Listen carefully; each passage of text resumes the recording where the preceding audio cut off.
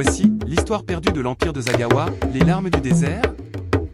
L'Empire de Zagawa, situé dans la région qui est aujourd'hui le Tchad et le Soudan, était une puissance florissante au début du Moyen-Âge. Connus pour leur bravoure, les Zagawa étaient des guerriers redoutables et des commerçants prospères, dominant les routes caravanières reliant l'Afrique du Nord à l'Afrique de l'Ouest. Leur capitale, Kouka, était une cité animée, bâtie en pierre de grès rouge, entourée de remparts majestueux et abritant des marchés fourmillant de vie. Les rues étaient pavées de sable doré, et les maisons, aux toits de chaume, se dressaient fièrement sous le ciel azur du désert.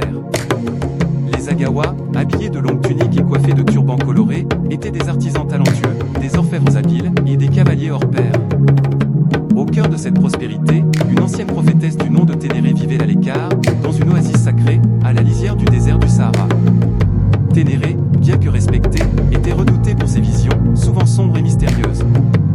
Un jour, elle fit une prophétie qui glaça le sang de tous ceux qui l'entendirent. Quand le désert s'embrasera et que la lune saignera, Agawa pleurera des larmes de feu.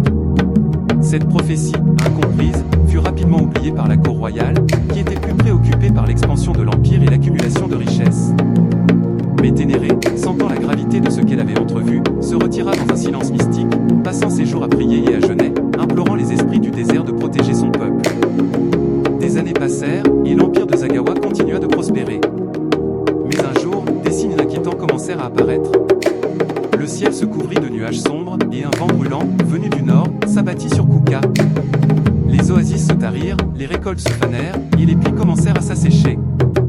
Les animaux mouraient de soif, et les gens commençaient à murmurer sur une malédiction. Puis vint la nuit fatidique. La lune se leva, mais elle n'était plus blanche et pure, elle était rouge, aussi rouge que le sang versé par les guerriers Zagawa. Cette nuit-là, une tempête de sable, la plus violente que le désert ait jamais connue, déferla sur Kouka. Les vents hurlaient comme des démons, les sables engloutissaient tout sur leur passage, et la chaleur était si intense que les murs en grès de la ville semblaient fondre. Au cœur du chaos, les survivants cherchèrent désespérément Ténéré, espérant qu'elle puisse apaiser les esprits du désert. Mais quand ils atteignirent l'oasis sacrée, ils la trouvèrent vide, balayée par les sables. Seul un vieux tambour de cérémonie restait, battant faiblement sous l'effet du vent, comme un ultime appel aux dieux. En désespoir de cause, les prêtres de Kouka décidèrent de faire un sacrifice ultime. Ils se rendirent au sommet de la montagne Endi, un lieu sacré pour les Zagawa, et là, ils sacrifièrent le plus pur des chevaux royaux, espérant que ce geste apaiserait la fureur des esprits. Mais il était trop tard. Le désert avait soif de plus que du sang d'un cheval. Kouka fut ensevelie sous des dunes de sable, et avec elle, la gloire de Zagawa. Au lendemain de la tempête, Kouka n'était plus qu'un souvenir.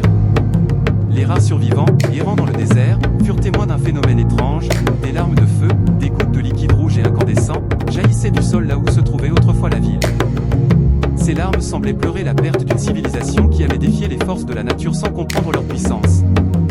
Les survivants comprirent alors la prophétie de Ténéré. Des Gawa avaient pleuré des larmes de feu.